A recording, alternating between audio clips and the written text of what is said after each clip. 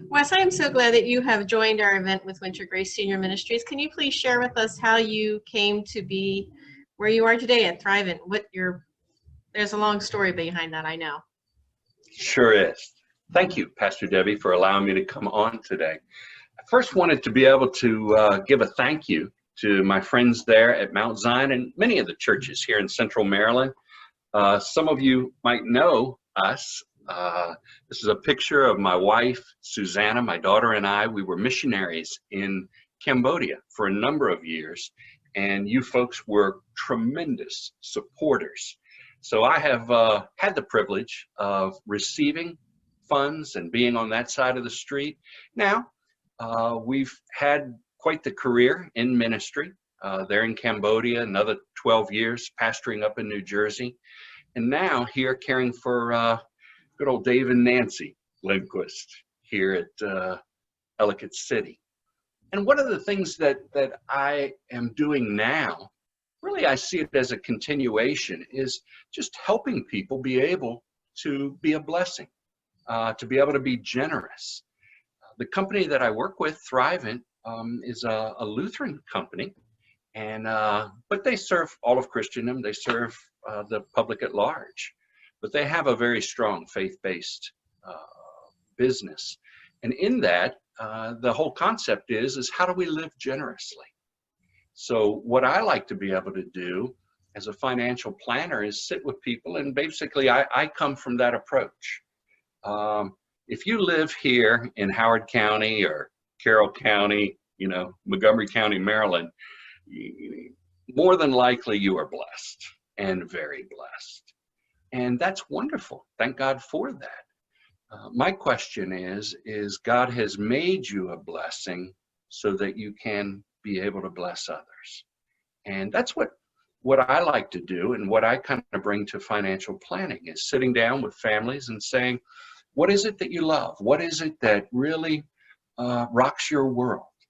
Yeah, we want to make sure you're financially set. We want to make sure your heirs are taken care of. But let's be serious. Most of us are in a position where, we can do that and still bless others. And I had a friend once, you might like this, Pastor Debbie, said to me, you know what? You tithe when you lived, tithe when you leave. I'm like, wow, there's a concept. But think about it. A tithe, 10%, no big deal for many of us. But when you talk about your estate and tithing off that, now that can be a big number. And but also, what a blessing. I remember when I was a pastor, we had one dear saint, I'll be honest with you, he didn't crack the church door too often. He was a captain. He owned one of those boats that would take people out fishing. And I think they call them head boats. He had about 50 guys he could put, men and women, on the boat, go out fishing. And he was a little salty with his language. But when that dear saint passed away, he left the church $300,000. Oh my gosh. I would have never guessed it. Never. Wow. Yeah. And, I call them bluebirds when I was pastoring. It was like, they're so beautiful when they come by, but they're rare. What a good illustration. Yeah.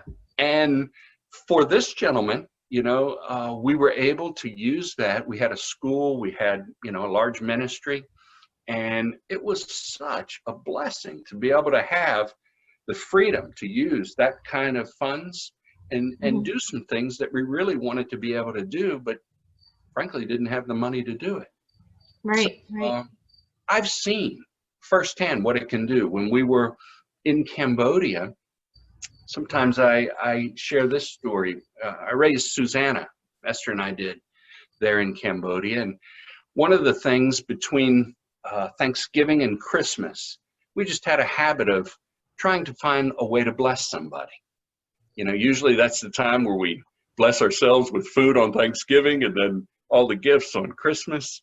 And I don't know, living in a country like Cambodia, it was just, it didn't seem right to me. Mm. that we would take all of that for ourselves when we're in a place of such poverty. So one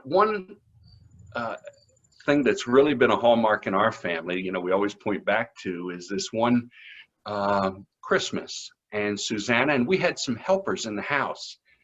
They were able to cook, able to clean, and it's not like we were rich or anything like that. It was just we had a lot of work going on. We had a large staff, and to be able to run everything, our cooking was over a fire. Our cleaning, you know, Mm. was rubbing the clothes, you know, on a rock. So Wow. you don't want to go work all day, come home, cook a fire, and go through all that noise. So we had folks that helped us, Cambodians.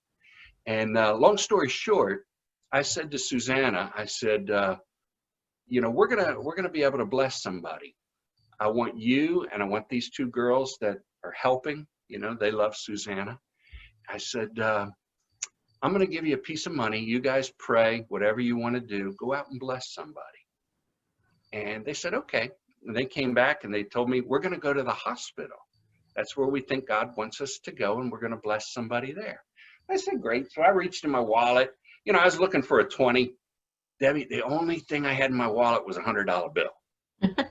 Oh my goodness. Now, back then, that was a whole lot of money.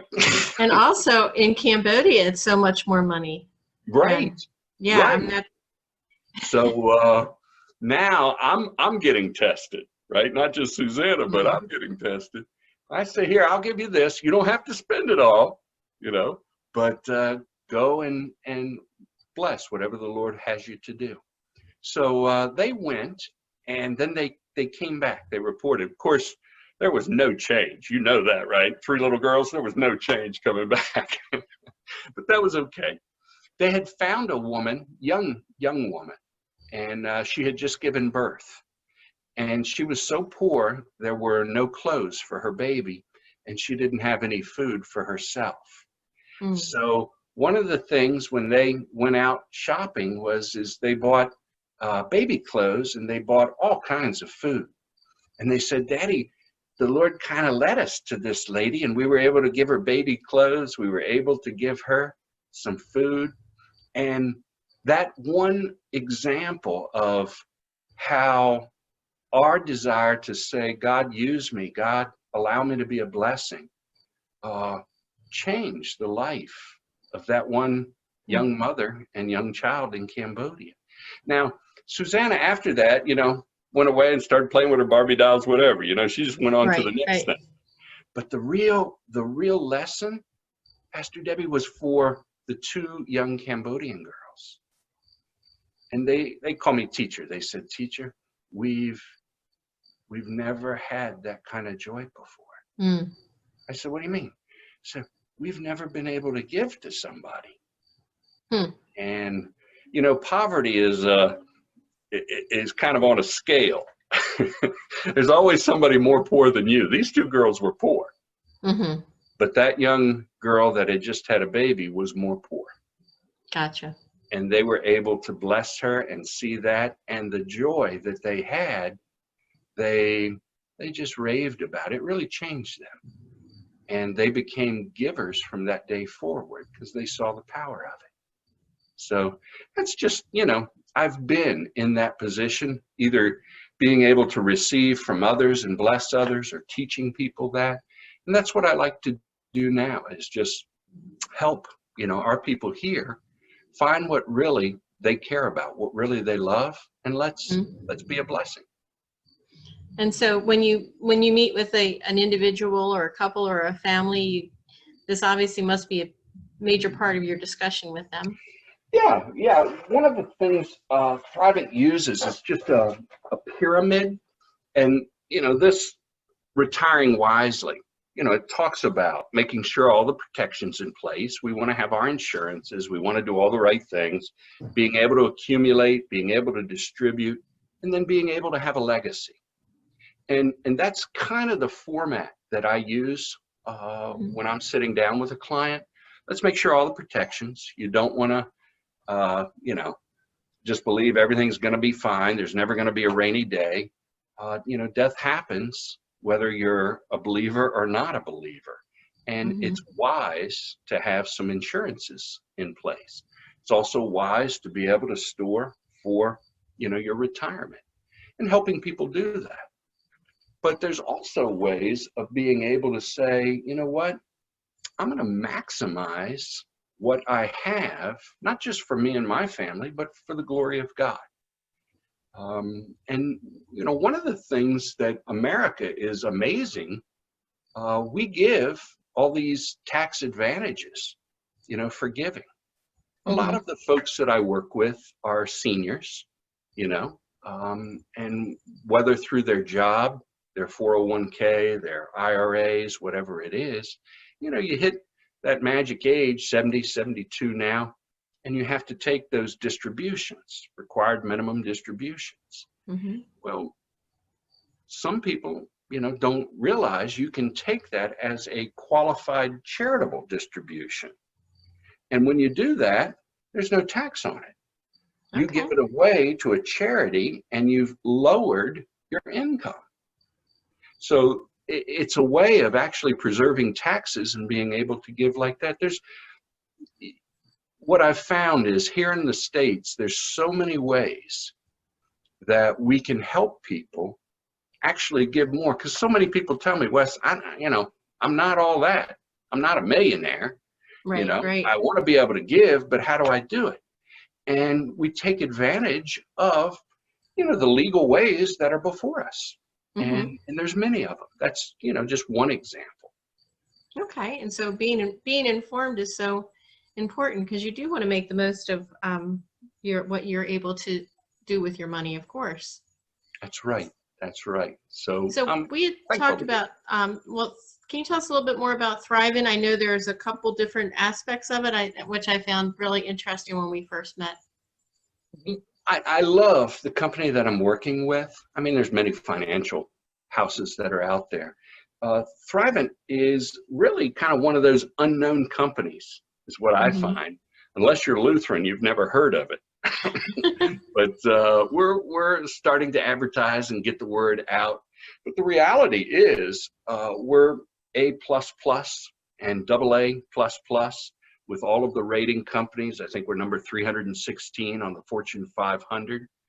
The one in here is the one that I really like, most ethical company. We've held that distinction for the last 8 years. It's a very difficult award to get, Hmm. especially in financial services. There's only one other company that got it, and they only got Oh, it 1 year. So oh, Thrivent wow. is very unique when Hmm. it comes to that. And one of the things, the company's motto is helping people live generously. I love Um, that. yeah, I'm actually this just got approved this past week. Uh, all of our members, we are a not-for-profit. We're not a 50c3, but we're a 506, still under that nonprofit tax category. So Thrivent as a company makes a lot of money. Okay, we don't have to pay taxes as a nonprofit. What we do is we give that money away to charity. What Hmm. we would give to the government, we give to charity. And that's how we live generously. So as a Thrivent member, I've got my insurances, of course, and things like that with Thrivent. I get $250 a year to give away, not my money, Thrivent's money. Hmm. How many insurance companies do that? That is unique for sure. So what I'm doing is one of the things I've always been very big on is food inequities and people that are hungry. Hmm. I'm going to buy $250 worth of food at my local church. I'm going to challenge the congregation there to give, and then I'm going down to West Baltimore, one of the ministries I work with there, and be able to fill their food pantry. Um, That's fantastic. yeah, and these are easy things to do. Hmm. Um, and pick up a life insurance policy, pick up a whatever, and you're a member, you're eligible, to get their, if you will, tithe, the money they give away, and give it to the charities that you care about. That's fantastic. I always like to ask when I'm talking with folks is what sets you apart, what sets what you do apart, and that is tremendous. That is very different. Very, Definitely very sets you different kind apart. of company. Yeah. Yeah. So it allows me to stay in ministry, but also Hmm. be, in the business world. And that's Absolutely. really what my goal is to challenge business leaders and people of all walks. Everybody's going to have a retirement plan. Everybody's going to have some insurances. Can you align yourself, with companies that want to be able to be a blessing? So anyway, I'll have to send you one of these when we go. All of the folks get a T-shirt. Can you see that? Yeah, I can. Yeah. All right. Yep. Live generously. Love that. So a heart with a cross on it. Outstanding.